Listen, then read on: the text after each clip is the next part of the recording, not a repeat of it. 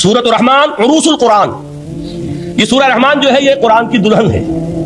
جیسے دلہن کو آپ خوشنما لباس پہناتے ہیں, آراستہ پیراستہ اس کو گہنے اور اس کو زیور پہناتے ہیں, تو جس طریقے سے سجاتے ہیں آپ دلہن کو, اللہ تعالیٰ نے ایک سورت قرآن مجید میں ایسی رکھی ہے سورہ رحمان کی, اسے خوب سجایا ہے. بہرحال قرآن کے الفاظ کا جو حسن ہے, جہاں تک حسن معنوی ہے وہ تو ہر لفظ میں ہے, لیکن یہ حسن ظاہری, حسن صوتی, حسن لفظی, یہ اپنے کلائمیکس پر آپ کو نظر آئے گا سورہ رحمان میں. اس کی 4 آیات پر ذرا توجہ کریں گے, عجیب حقائق سامنے آئے. پہلی آیت کیا ہے؟ الرحمن. ایک آیت ہو گئی. رحمان کیا ہے؟ اللہ کا نام ہے. کبھی آپ نے غور کیا اللہ کے ناموں میں سب سے پیارا نام کون سا ہوگا؟ رحمان. کیوں؟ اس کا مادہ کیا ہے؟ رحمت. ہمیں سب سے بڑھ کر جس چیز کی ضرورت ہے وہ کیا ہے؟ رحمت خداوندی. اچھی طرح سن لیجئے اس حضور کے قول کو. حضور فرماتے کوئی شخص جنت میں مجرد اپنے عمل کی بنیاد پر داخل نہیں ہو سکے گا جب تک کہ رحمت خداوندی دستگیری نہ کرے. کسی صحابی نے بڑی ہمت اور جرأت کا ثبوت دیا کہ پوچھ لیا, کیا حضور آپ بھی؟ تو آپ نے فرمایا کوئی شخص داخل نہیں ہو سکتا جنت میں محض اپنے عمل کی بنیاد پر جب تک کہ رحمت خداوندی جو ہے وہ دستگیری نہ فرمائے.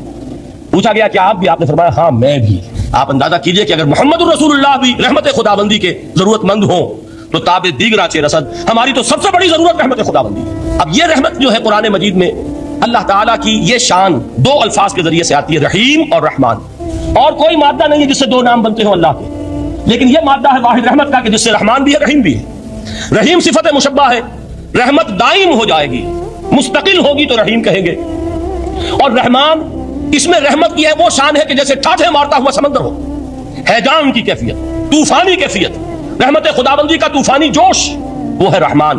اب آگے چلیے. الرحمن علم القرآن. رحمان نے قرآن سکھایا. رحمت خداوندی کا سب سے بڑا مظہر, رحمان کی رحمانیت کا سب سے بڑا مظہر قرآن ہے. ان میں جو منطقی ربط ہے اس کو سمجھتے جائیے. اچھا آپ یہ سوچئے, جو علم بھی انسان کو حاصل ہوا وہ کس نے دیا؟ اللہ نے. سائنس کا علم کس نے دیا؟ اللہ نے. علم آدم الاسماء کلھا, وہ علم الاسماء جو حضرت آدم کو دے دیا گیا تھا ازل میں, یہ اسی کا ظہور ہے, یہ اسی کی ایکسفولیشن ہے جو ہو رہی ہے اور ہوتی رہے گی ابھی. اور دوسرے علم ہے وہ کس نے دیا؟ اللہ نے دیا. لا یحیطون بشیء من علمہ الا بما شاء. مخلوق میں سے کوئی اللہ کے علم میں سے کسی شے کا احاطہ نہیں کر سکتا مگر وہ جتنا اللہ دینا چاہے.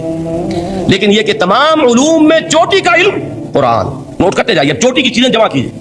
اللہ کے ناموں میں چوٹی کا نام رحمان. اللہ نے جو کچھ انسان کو سکھایا اس میں چوٹی کا علم قرآن. خلق الانسان, انسان کو پیدا فرمایا. سوال یہ کہ حیوانات کو کس نے پیدا فرمایا؟ آسمان کس نے پیدا کی؟ زمین کس نے پیدا کی؟ فرشتے کس نے پیدا کیے؟ کیا مطلب خلق الانسان؟ اس کی تمام مخلوقات میں اس کا کلائمیکس, اس کی تخلیق کی معراج, اس کے تخلیق کا نقطہ عروج انسان ہے. یہ ہے کہ جو مسجود ملائک بنا ہے.